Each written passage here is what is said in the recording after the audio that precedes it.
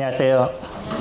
네, 언제나 저도 적응이 안 되는 게 아들들이 그 말씀 전해주시던 형제님 오셔서 라고 얘기를 하면 조금 적응이 잘 안 되는 것 같아요. 네.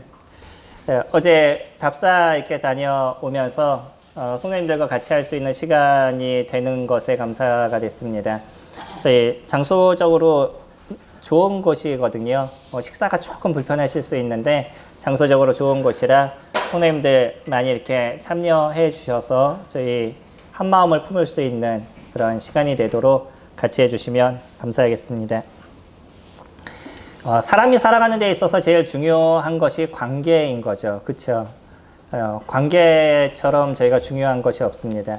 그래서 남편과 아내 사이, 아니면 연인들의 사이들, 아니면 회사에서의 어떤 문제들, 결국 인간이 살아가는 삶에서의 모습은 관계적인 건데 이 관계를 우리가 어떻게 만들어가느냐, 이게 저희들에 있어서 중요한 부분인 거죠.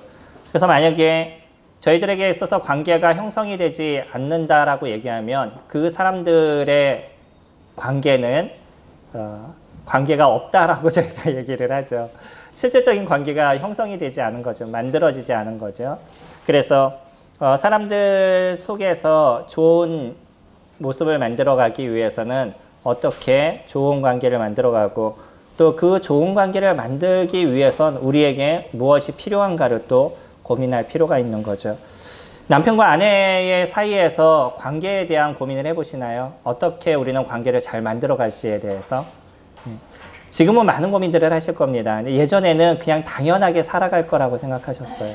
그리고 당연히 결혼하면 잘 될 거라고 생각이 됐었는데 의외로 제일 어려운 관계 중에 하나가 남편과 또 아내의 관계에 대한 부분인 거죠. 알 것 같으면서도 모르겠고 모를 것 같으면서도 알 것 같은 뭐 이런 부분들도 적지 않게 있습니다. 근데 이렇게 상담을 하다 보면 사람들이 하는 이야기가 있습니다. 뭐라고 얘기하냐면 그 사람들, 두 사람이 어떤 문제가 있어서 얘기를 듣다 보면 상담을 받으러 온 사람을 내담자라고 얘기하죠. 이 내담자가 대부분 얘기하는 게 상대방이 나를 이해하지 못해요. 상대방이 나를 잘 알아주지 못해요. 라는 표현들을 많이 쓴다는 거예요. 근데 얘기를 쭉 듣다 보면 이 상담자는 무엇을 느끼냐면 이야기를 하고 있는 내담자가 사실은 자기가 어떠한 잘못을 저지르고 있는지 본인 스스로가 알지를 못한다는 거죠. 그러니까 상대방이 문제가 생겨서 이 사람들의 관계에 문제가 있다라기보다는 실질적으로 누구에게 문제가 있는 거냐면 본인에게 문제가 있는 건데 본인에게서 문제가 있는 것에 대해서 많은 생각을 갖지 않는다는 거예요. 그런 경우 보신 적 있나요? 연애를 하는 사람들 중에 내가 헤어질 게 두려워서 먼저 차버리는 사람들. 그런 얘기 들어보셨어요? 헤어지는 걸 너무, 그러니까 내가 버림을 받는 게 너무 싫은 거예요. 이게 버림을 받는 게 싫다 보니까 같이 교제를 하다가 왠지 그 상대방이 나를 조금 싫어하는 느낌을 딱 받으면 먼저 차버리는 거죠. 그럼 내 마음이 조금 편하니까. 그러니까 문제가 사실은 그러면 누구에게 있는 거예요? 상대방에게 있는 거예요? 본인에게 있는 거예요? 네, 본인에게 있는 겁니다. 그러니까 상대방은 그런 마음이 있었던 게 아니에요. 근데 저희가 만나다 보면 얼굴 표정이 좋을 때도 있고 안 좋을 때도 있잖아요. 근데 얼굴 표정이 조금 안 좋으면 이 사람이 나를 싫어하는구나 라는 생각을 갖는다는 거죠. 그래서 상대방에 물어봅니다. 이분이 당신이 이분을 좀 싫어하는 것 같은 느낌을 받는다 그러는데 그럼 당신의 마음은 좀 어떠세요? 라고 상대방에게 물어보면 그 상대방은 전혀 그런 마음이 아니라고 얘기를 하죠.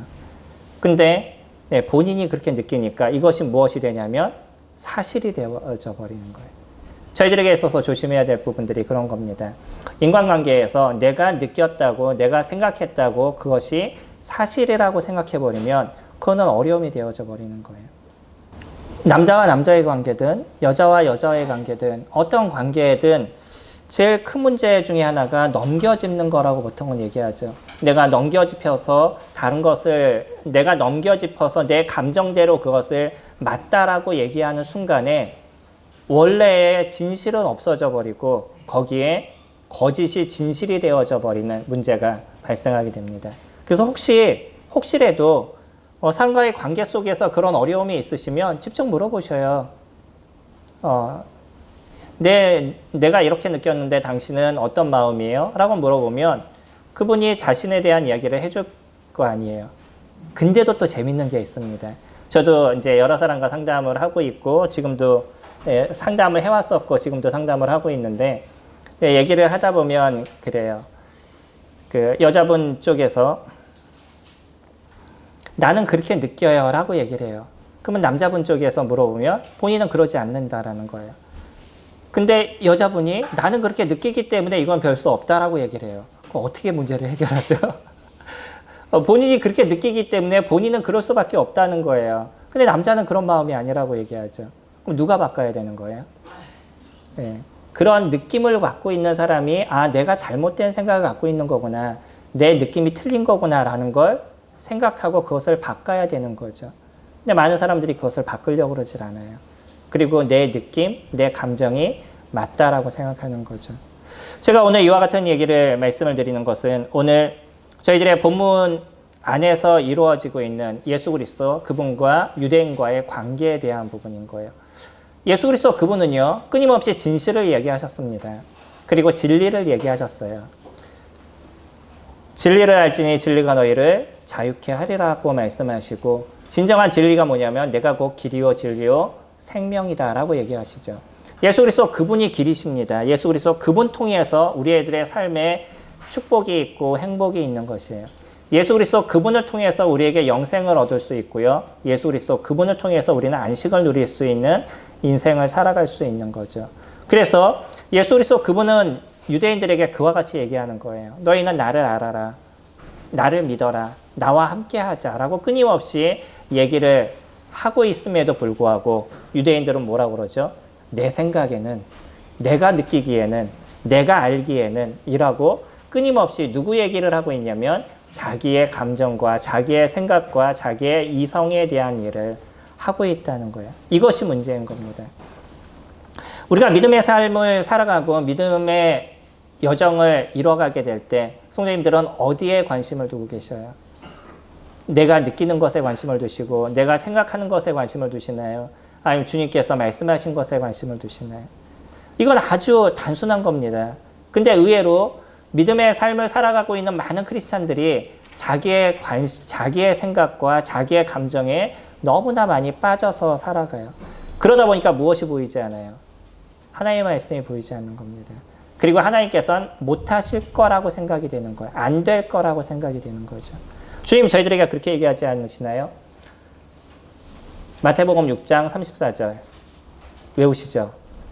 너희는 먼저 그의 나라와 그의 의를 구하라. 그리하면 이 모든 것을 너희에게 더하시리라. 그 위에 메시지를 쭉 살펴보면 위에서부터 염려에 대한 얘기를 하잖아요. 사람들이 끊임없는 염려를 하면서 인생을 살아가는 거죠. 내가 오늘 일을 하지 않으면 내가 먹고 살 것에 문제가 생기는 것. 내가 오늘 뭐 조금 하지 않으면 우리 가정의 미래에 무슨 문제가 생길 것 같은. 그럼 끊임없는 염려 속에서 인생을 살아가요. 근데 주님께서 얘기하시는 건 뭐라고 얘기하시냐면 너는 먼저 하나님의 나라를 구해봐. 그러면 너의 삶에 대한 여정을 내가 도와줄게 라고 주님께서 얘기하셔요. 이게 팩트인 거죠. 근데 살아가시는데 어떠셔요? 주님께 맡기시고 주님께서 도우시니까 내가 하나님의 나라의 길, 하나님의 나라를 위해서 먼저 생각하고 그분의 의를 위해서 내가 먼저 생각하겠다라고 다짐하셔요. 여전히 염려하시고 여전히 고민하셔요. 우리가 살아갈 때의 삶은 여전히 고민이 많습니다. 건강에 대한 것들, 아니면 물질에 대한 것들, 아니면 미래에 대한 것들. 끊임없는 이런 염려와 고민 속에 무엇이 보이지 않냐면 하나님의 말씀, 그 단순한 마태복음 6장 33절의 그 메시지가 저희들에게 보이지를 않는 거예요. 그러다 보니까 하나님은 어떤 분이 되냐면 글 속에 남아져 있는 하나님이 되는 거죠. 우리들 삶에서 역사하시는 하나님이 아니라 그냥 성경이라는 글 안에 적혀 있는 그런 하나님이 되어져 버리고 있는 거예요. 이것이 유대인들의 모습인 겁니다. 주님은요, 우리에게 이 많은 메시지, 오늘 저희가 22절부터 22절까지 20절이라는 긴 절을 살펴보게 될 건데 여기에서 얘기하시는 가장 중요한 메시지는 저희 27절에 있습니다. 27절 한 절을 통해서 나머지 20절을 저희 같이 살펴보게 될 거예요. 22절 보시면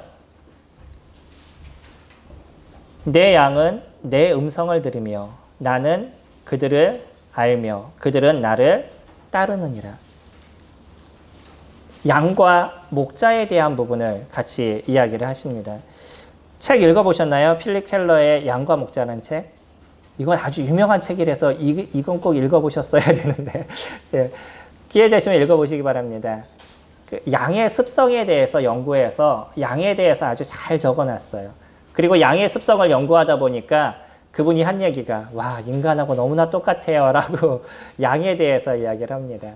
그래서 양이 갖고 있는 그 습성 자기중심적이고 그 고집스럽고 자기만을 아는 그런 양의 모습을 보면서 아 그래 이것이 인간의 모습이야 라고 그분은 적어줬습니다. 그러나 저는 어떤 양이 갖고 있는 습성보다 오늘 요한복음 10장에서 얘기하고 있는 양과 목자의 가장 중심적인 것 그것을 같이 이야기를 하기를 원합니다. 여기에서는요. 양이 갖고 있는 습성, 양은 이런 존재야 라고 얘기하는 것이 아니고 무엇을 더 중심적으로 얘기하냐면 양과 목자의 관계에 대한 부분을 이야기를 하고 있어요.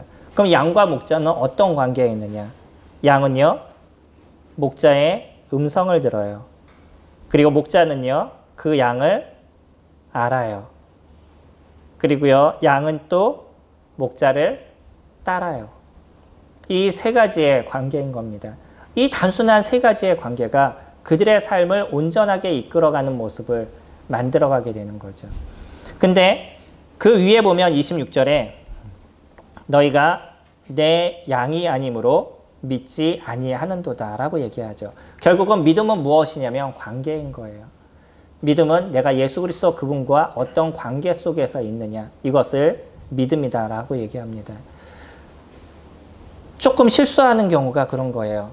내 죄가 없어졌으니까 난 예수님을 내 죄가 없어진 것을 내가 믿었으니까 죄가 없으니까 나는 천국에 갈 수 있어요 라고 얘기하는 이 단순한 그 법칙은 이것이 우리를 구원시켜 주지 않는다는 거예요. 왜냐하면 여기에는 관계가 있지 않습니다. 무엇만 있냐면 그냥 하나의 법칙만 놓여져 있어요. 그러니까 내 죄가 없으니까 나는 구원받았다라고 얘기하는 건 누구 중심적인 거냐면 내 중심적인 거예요. 거기에는 예수님이 있지 않습니다. 주님은요. 믿음에 대해서 얘기할 때는 관계를 얘기하고 있는 거예요. 그래서 양과 목자가 어떤 관계 속에 놓여져 있는 거냐. 이것이 믿음이다 라고 표현하고 있는 거죠. 성도님들의 삶은 예수 그리스도가 어떠한 관계 속에 있으셔요? 일주일의 삶에서 예수 그리스도 그분과 어떠한 삶을 살아오셨어요? 그리고 또 앞으로는 예수 그리스도 그분과 어떠한 삶을 살아가시겠어요? 난 옛날에 침례를 받았어요. 나는 목회자분들이 나를 구원받았다라고 얘기해 줬어요. 백날 그런 얘기해도 아무 소용 없습니다. 지금 이 순간 내가 예수 그리스도 그분과 어떤 관계가 있느냐, 이것이 내가 믿음 안에 있느냐, 믿음 안에 있지 않느냐를 결정시켜 주는 거예요.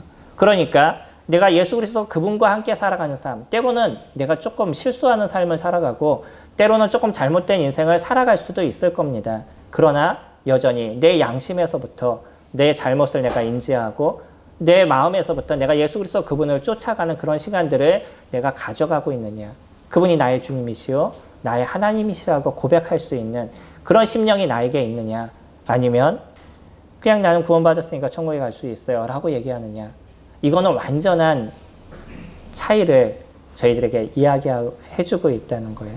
그러니까 성도님들의 삶에서 그리스도 그분이 나의 주님이십니다. 그래서 예수 그리스도 그분과 나는 지금 살아가고 있습니다 라는 고백이 우리들 안에 일어나게 됐었을 때 우리는 천국의 자녀일 뿐만 아니라, 그러니까 나의 목자 그분이 예수 그리스도 그분이실 뿐만 아니라 우리는 오늘의 삶에 주어지는 하나님의 축복이 무엇이고 예수 그리스도 그분이 나에게 인도하시는 은혜가 무엇인지를 경험하는 삶을 저희가 살아가게 된다는 거예요. 주님 은혜에서 행복하시나요?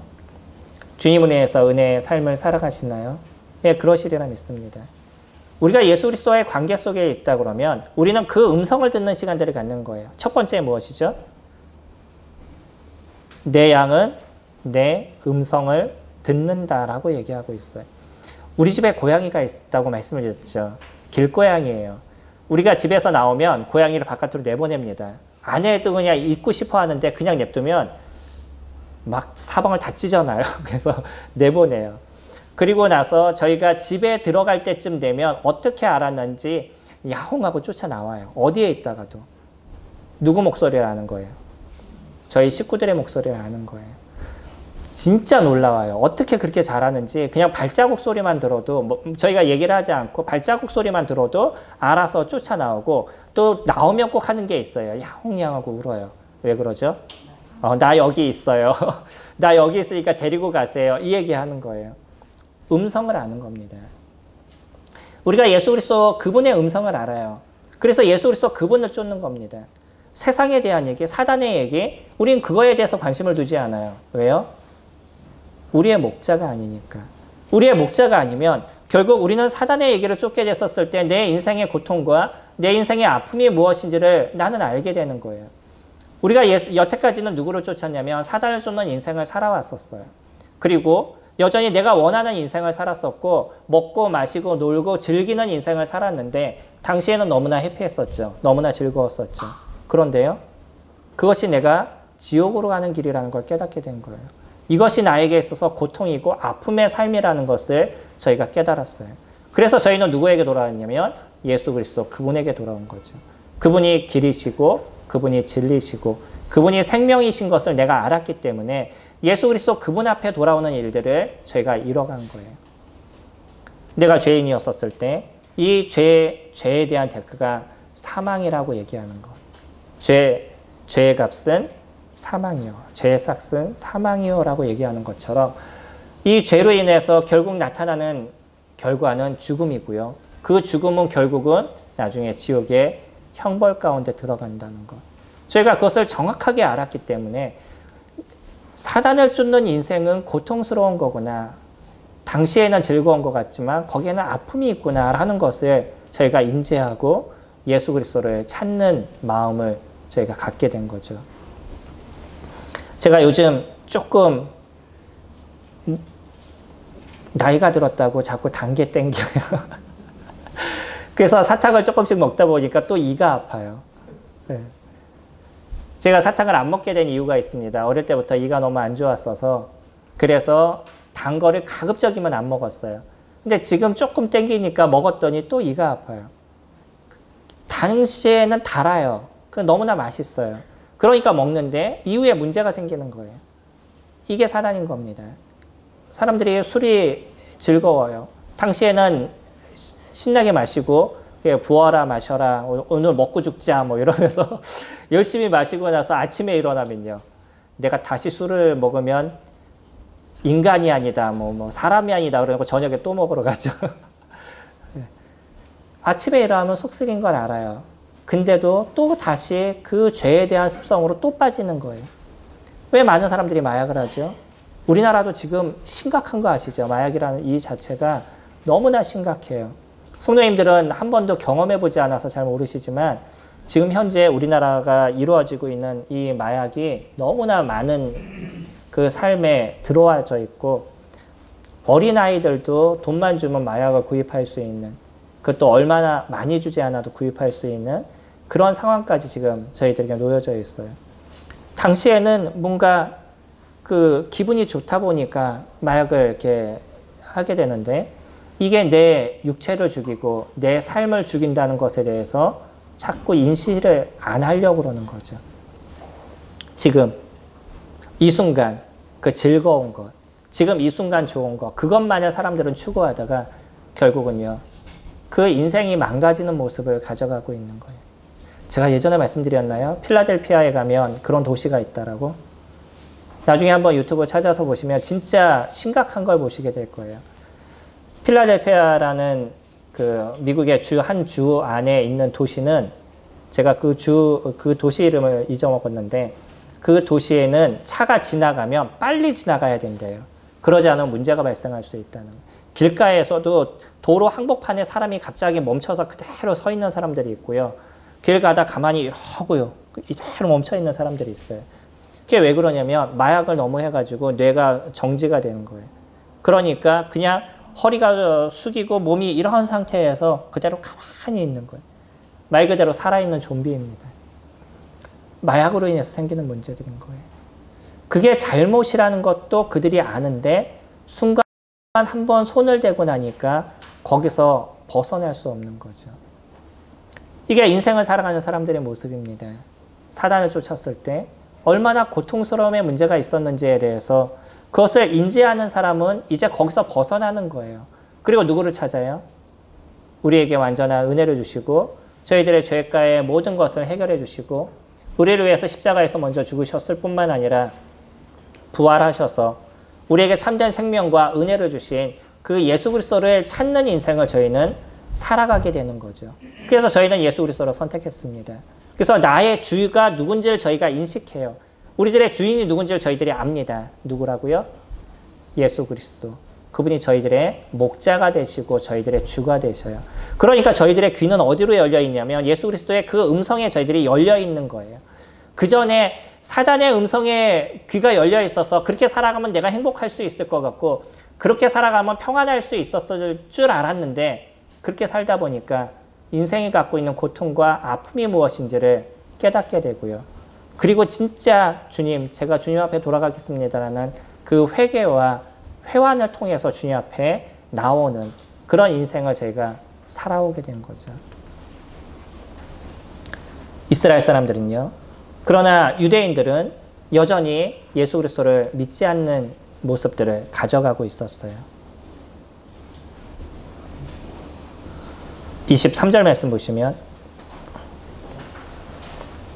예수께서 성전 안 솔로몬 행각에서 거니시니 유대인들이 애워싸고 이르되 당신이 언제까지나 우리 마음을 의혹하게 하려 하나이까 그리스도이면 밝히 말씀하소서 하니 예수께서 대답하시되 내가 너희에게 말하였으되 믿지 아니하는도다. 내가 내 아버지의 이름으로 행하는 일들이 나를 증명하는 것이거늘. 예수님은요 너무나 답답한 거예요. 계속적으로 얘기하셨잖아요. 내가 그니라 라고 얘기하고요. 니고데모하고 만났을 때도 내가 그리스도라고 그리스도이심을 언급해 주시고 입으로 직접 얘기하진 않으셨지만 그런 것에 대해서 다 말씀하시고 사마리아 여인하고도 만났었을 때도 내가 그라고 얘기하시고 끊임없이 본인이 이 땅에 오신 메시아이심을 선포하시고 이야기하시고 드러내셨어요. 그리고 그것에 대한 증명이 무엇이었냐면 지금 얘기하시는 것처럼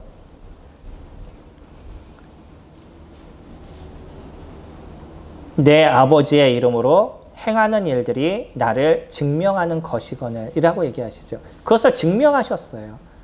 사람의 병을 고치시고요. 안진뱅이를 일으키시고 맹인의 눈을 뜨시게 하는 이런 일들은 아무나 하는 일이 아니라는 거야. 이거는 누구만 가능해요? 하나님의 보내신 자, 하나님의 아들, 예수 그리스도 그분만이 이것이 가능한 거죠. 그것을 예수님은 계속적으로 보여주셨어요. 그것을 드러내 주셨어요. 그러면서 그들에게 구약에서 얘기한 그 메시아가 나라고 본인은 끊임없이 언급하는 일들을 이루어오셨죠. 근데 또 이들은 뭐라고 얘기를 해요? 24절 유대인들이 에워싸고 이르되 당신이 언제까지나 우리 마음을 의혹하게 하려 하나이까 그리스도이면 밝히 말씀하소서. 계속 물어봐요. 아이들이 그러죠. 똑같은 거 자꾸 물어보잖아요. 왜 그러죠? 믿음이 안 가서 그러나 거겠죠? 뭔가 좀 미심쩍으니까 자꾸 물어보는 거겠죠? 유대인들이 계속 그래서 끊임없이 물어보는 거예요. 그러면서 무엇을 요구하는 거예요? 이 유대인들은. 예수께서 아 그래 내가 아니야 라고 얘기하는 그 한마디를 원하는 겁니다. 그것을 믿기를 싫어했던 거예요. 그게 맞는 것 같기도 한데 그것을 믿으려는 생각조차를 이 유대인들은 갖지를 않는 거예요. 지금 시대를 살아가는 많은 사람들이요. 예수라는 그분이 이 땅에 오셔서 우리의 죄를 해결하시고 예수라는 그분이 우리를 하나님의 나라로 이끄시는 분이라는 것에 대해서는 많은 사람들이 알아요. 그런데 그것을 믿으려고 하지 않는다는 거죠. 그것을 받아들이려고 하지 않는다는 거예요. 여전히 지금 내 눈에 보이는 그 일들, 미래를 위해서 준비하는 것들, 내가 오늘 먹고 마시기 위해서 살아가야 되는 삶의 여정들, 내가 오늘 조금 더 건강하기 위해서 헬스장을 다녀야 되고 또 건강을 챙기기 위해서 산을 다녀야 되고 이것이 나에게 있어서 지금 더 중요한 것이지 예수라는 그분이 나에게 있어서 중요하지 않다라고 자꾸 생각을 바꿔가는 거죠. 이게 유대인들이 하고 있는 일이었던 거고 지금 살아가고 있는 사람들이 하고 있는 그런 일들인 것입니다. 주님은요, 자신에 대해서 끊임없이 얘기하셨어요. 그러면서 내가 그라고 얘기하시고 그분이 하나님의 아들이심을 얘기했습니다. 이것에 대해서 믿었던 사람이 있죠. 우리 여기 손을 잠깐 놓으시고 3장으로 넘어가시면 요한복음 3장에 보시면 니고데모라는 한 나이든 관원이 나옵니다. 이 사람은 70인 사내들인에 속했던 70명으로 구성된 사내들인에 속했던 사람으로 성경에 박식하신 분이었었어요. 그뿐만 아니라 유대인들을 영적으로 이끄는 그런 지도자였습니다. 근데 이분이요, 3장 1절에 보면 그런데 바리새인 중에 니고데모라 하는 사람이 있으니 유대인의 지도자라. 그가 밤에 예수께 와서 이르되 라삐여 우리가 당신은 하나님께로부터 오신 선생인 줄 아나이다. 하나님이 함께 하시지 아니하시면 당신이 행하시는 이 표적을 아무도 할 수 없음이니라. 그는요 하나에 집중했습니다. 뭐에 집중했죠? 예수께서 하셨던 것, 그 표적. 이거는 누가 할 수 있는 게 아니라고요? 하늘로부터 보냄을 받은 자가 아니라고 그러면 할 수 없는 일이라는 것을 이 니고데모는 집중했던 거예요. 자기가 알고 있었던 율법, 아니면 내가 갖고 있는 지금 명예, 아니면 지금 만나고 있는 그 사내들인과의 사람들과의 관계, 이것이 더 중요하지 않았어요. 그에게 있어서는 더 무엇이 중요했죠? 진짜 메시아가 누군가?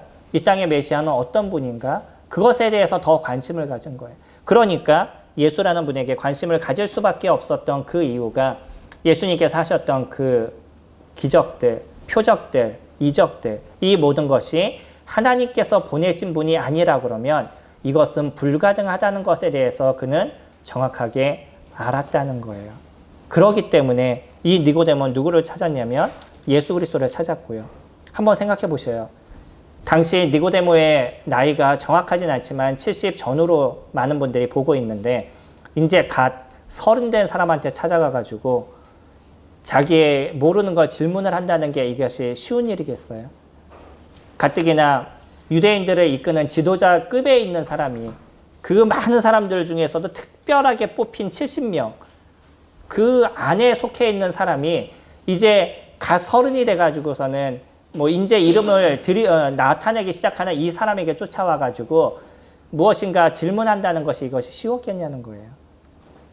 근데 니고데모는 그것이 중요하지 않았습니다.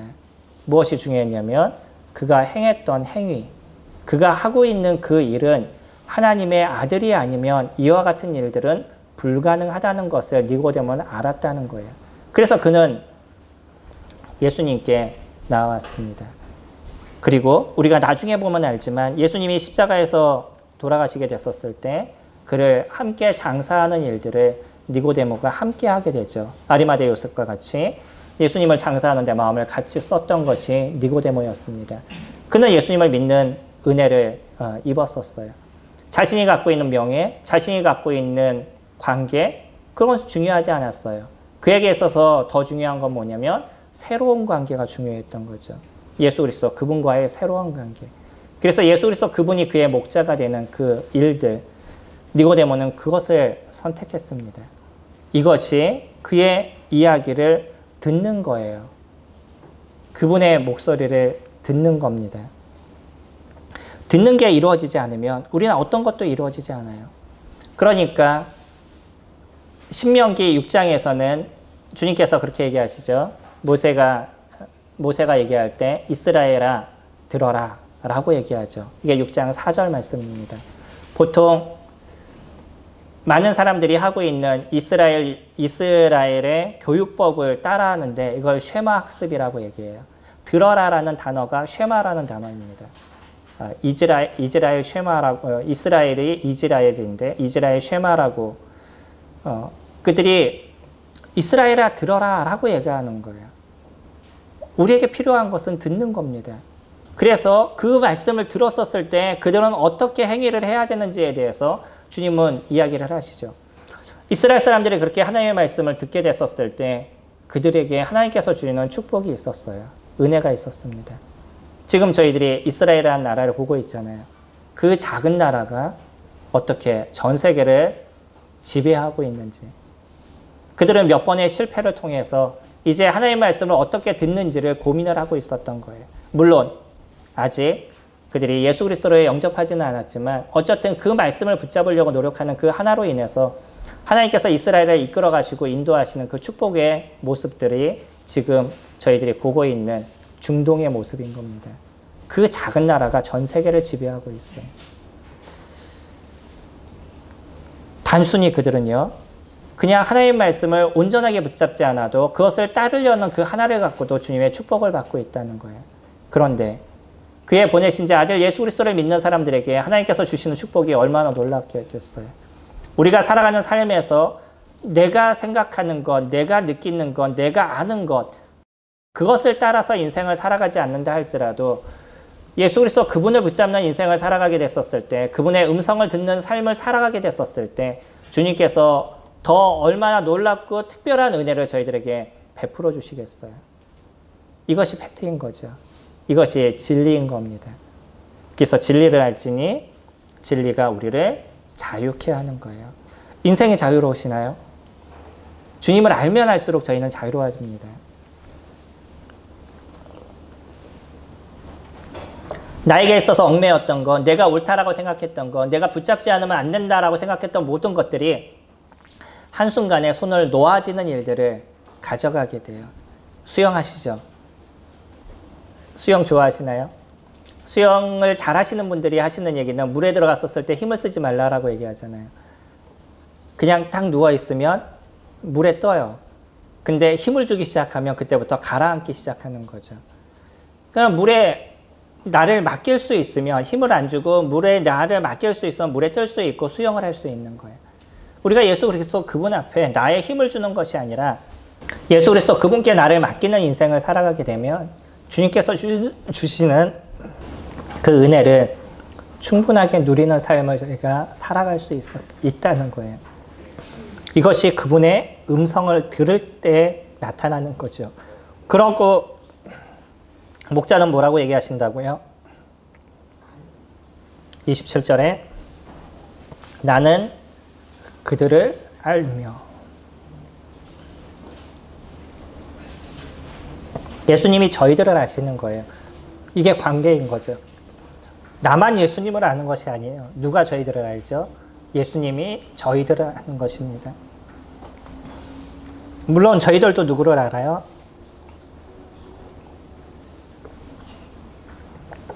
목자 대신 예수 그리스도를 아는 거죠.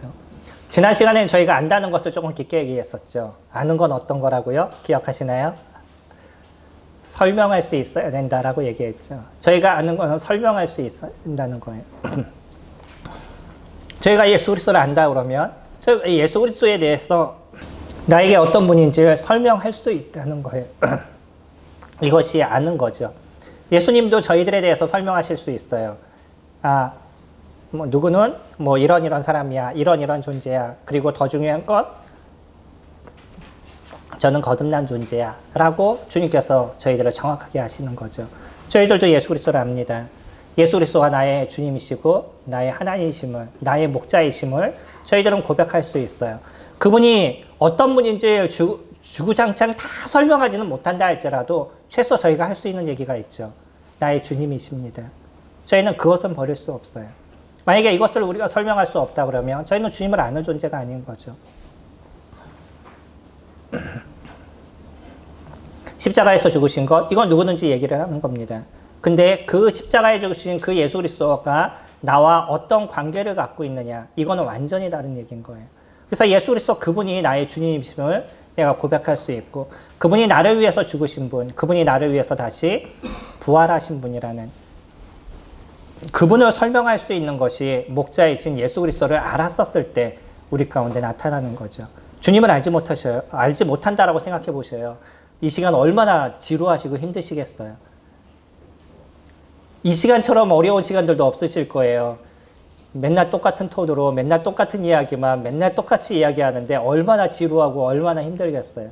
근데 우리가 예수 그리스도를 알게 됐었을 때 그 힘들게 들리는 한 시간의 메시지가 나에게 은혜로서 다가오게 되는 거예요. 이게 다른 거죠. 그 다음에요. 뭐라고 얘기하셔요? 그들은 나를 따르느니라. 우리들은 예수 그리스도를 따르는 거예요. 이스라엘은 양을 치는 모습이 좀 다르다 그랬죠. 목자가 앞으로 걸어가면 양들이 그 목자를 보고 쫓아가는 거예요. 사단이 옆에 있으면 무서워서 저희는 도망가는 겁니다. 누구를 쫓아요? 예수 그리스도 그분을 쫓는 겁니다. 우리가 주님을 믿는데 우리가 살아가는 삶은 여전히 사단을 쫓아요. 그럼 그 사람은 주님을 믿는 사람일까요? 믿지 않는 사람일까요? 우리가 주님을 믿는다 그러면 우리는 주님을 쫓는 인생을 살아가는 겁니다.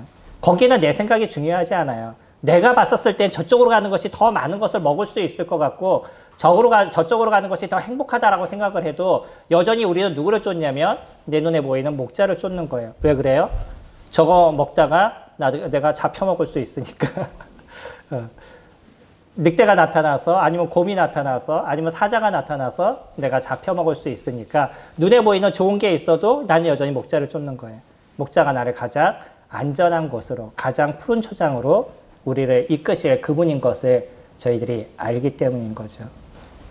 저희가 그래서 예수 그리스도를 따르는 그런 인생을 살아갑니다. 예수 그리스도 그분이 우리들의 인생의 가장 좋은 길로 인도하실 그분인 것을 저희는 인지하고 살아가게 되는 거죠. 이스라엘 사람들에게 있어서는 우리 22절에 보시면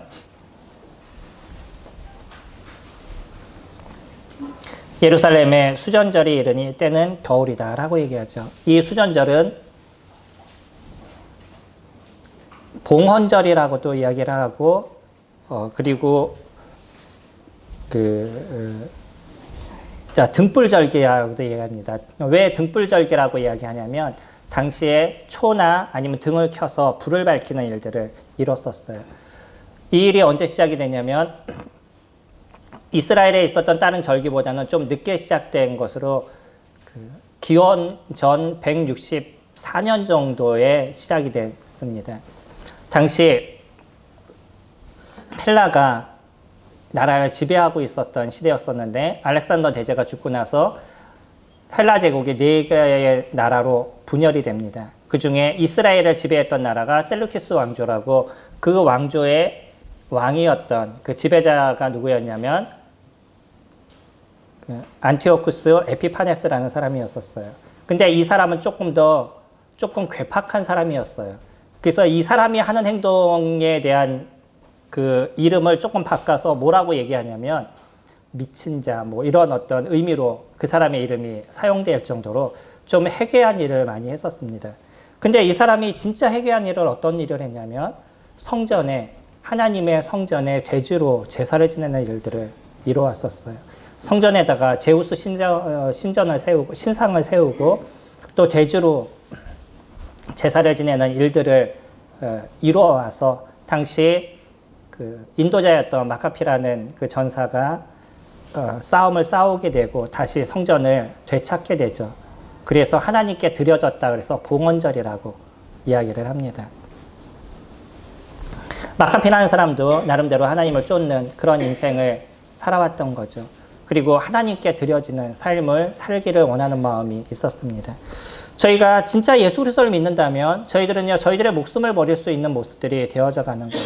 비록 마카피 그 사람이 예수 그리스도를 믿는 모습을 갖고 있지는 않았다 할지라도 여전히 그는요, 이스라엘이라는 그 나라, 하나님의 성전을 보호하기 위한 그의 인생을 투자하는 모습을 갖고 있었죠. 저희들도요. 누구를 따라요? 예수 그리스도를 따릅니다. 때로는 우리들의 목숨을 내놓는 일들이 있다 할지라도 때로는 조금의 어려움과 아픔의 문제가 저희들에게 있다 할지라도 여전히 누구를 쫓는 인생을 저희가 살아가냐면 예수 그리스도 그분을 쫓는 인생을 저희가 살아갑니다. 이것이 예수 그리스도 그분을 아는 사람들의 모습이에요. 28절에 보시면요. 내가 그들에게 영생을 주노니 영원히 멸망하지 아니할 것이요 또 그들을 내 손에서 빼앗을 자가 없느니라. 예수 그리스도 그분을 믿게 되면요. 우리에게 영생을 주신다라고 얘기했어요. 그뿐만 아니라 우리를 예수 그리스도 그분의 손에서 빼앗을 자가 없다고 얘기하죠. 왜냐하면 우리를 예수 그리스도 그분에게 주신 분이 아버지 하나님이시기 때문에 아버지 하나님보다 더 큰 존재가 있지 않는 한 우리를 예수 그리스도의 손에서 빼앗을 자가 아무도 없다라고 얘기합니다. 우리가 보통 이것을 얘기할 때 한 번 구원은 영원한 구원이다라고 얘기를 하죠. 이것만을 우리가 생각하는 것이 아니라 우리가 진짜 예수 그리스도 그분이 나의 목자가 된다라고 우리가 고백할 수 있을 때, 우리가 그분을 쫓는 인생을 산다라고 얘기했을 때 주님께서는 절대 저희들을 사단에게 빼앗기는 일들을 하지 않으신다는 거예요. 영원히 하나님의 나라로 저희들을 이끄시고요. 영원히 예수 그리스도 그분과 살아가는 은혜를 저희들에게 허락하신다라고 얘기하시죠. 지금도 많은 사람들에게 주님은 이야기하십니다. 내가 메시아다. 내가 그리스도다. 내가 너희들의 구원자다라고 끊임없이 주님은 이야기를 하시고 오늘 이 순간 이곳에서도 그런 메시지가 같이 선포되고 있습니다. 그런데 아직도 많은 사람들이 당신이 그리스도면 지금 밝히 나에게 얘기해 주세요 라고 얘기하는 자꾸 딴소리를 하고 있는 거죠. 주님은요 35절에 성경은 패하지 못하나니 하나님의 말씀을 받은 사람을 신이라 하였거늘 하물며 아버지께서 거룩하게 하사 세상을 보내신 자가 나는 하나님의 아들이라 하는 것으로 너희가 어찌 신성모독이라 하느냐. 만일 내가 내 아버지의 일을 행하지 아니하거든 나를 믿지 말려니와 내가 행하거든 나를 믿지 아니할지라도 그 일은 믿으라. 그러면 너희가 아버지께서 내 안에 계시고 내가 아버지 안에 있음을 깨달아 알리라 하니라. 구약 10편 82편을 보면 거기 그 사람들을 신이라고 부르는 어떤 그 존재들을 뭐라고 얘기할지는 조금 신학적으로 우리가 얘기해야 되겠지만 인도자들에 대해서 신이라고 얘기하는 이야기가 등장을 합니다. 그러면서 그 얘기를 지금 인용해서 얘기하고 있는 거예요. 그런 사람들도 신이라고 얘기하는데 어찌 아버지 하나님께서 보내신 자 내가 신이라고 얘기하는 것 이것이 왜 신성모독이냐고 그것을 반박해서 이야기를 하고 계시죠. 그러면서 뭐라고 얘기하시냐면 나를 믿지 않아도 좋다. 근데 무엇을 믿으냐면 내가 하는 행위 그것은 너희들이 믿어라 라고 얘기하죠. 저희는 성경을 통해서 예수 그리스도 그분이 하셨던 많은 일들을 보고 있습니다. 예수 그리스도 그분이 하셨던 그 역사들, 예수 그리스도 그분이 하셨던 많은 이적들 뿐만 아니라 십자가에서 죽으신 그 놀라움의 은혜들, 우리를 구원하신 그 구원의 역사들을 저희는 성경을 통해서 보고 있어요. 저희가 다른 것을 믿지 않는다 할지라도 예수 그리스도가 하셨던 그분을 저희들이 믿을 수 있다 그러면 그분이 하셨던 그 표적과 이적을 통해서 그분이 이 땅에 오신 메시아이심을 저희들이 믿을 수 있다 그러면 우리는 주님께서 얘기하신 것처럼 영원한 생명을 저희들에게 주시겠다라고 약속하셨어요. 우리에게 영원한 생명을 주신다 그러면 지금 살아가는 삶에도 영원히 저희들을 지키시지 않을까요? 우리를 위해서 목숨을 주시기까지 그 아픔을 감수하셨던 그분이라 그러면 우리가 살아가는 삶을 지키시고 도우시지 않으시겠어요? 그건 당연하실 겁니다. 내가 구원해놓고 이제 난 알아서 넌 살아가라 라고 얘기한다는 건 구원할 이유가 없으신 거죠. 41절에 많은 사람들이 왔다가 말하되 요한은 아무 표적도 행하지 아니하였으나 요한이 이 사람을 가리켜 말한 것은 다 참이라 하더라. 그리하여 거기서 많은 사람이 예수를 믿으니라. 유대인 중에서도 많은 사람들이 예수 그리스도의 그 표적을 보고 그분이 하나님의 아들이심을 믿었습니다. 지금 저희들에게도 주님께서 이야기하고 계시는 것은 예수 그리스도 그분이 어떤 분이냐라는 걸 얘기하시는 거예요.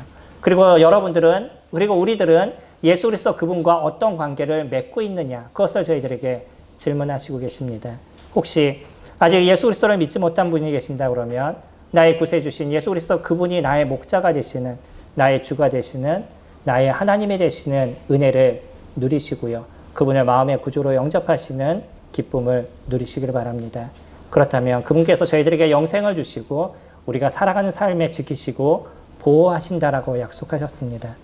뿐만 아니라 우리 성도님들의 삶에서는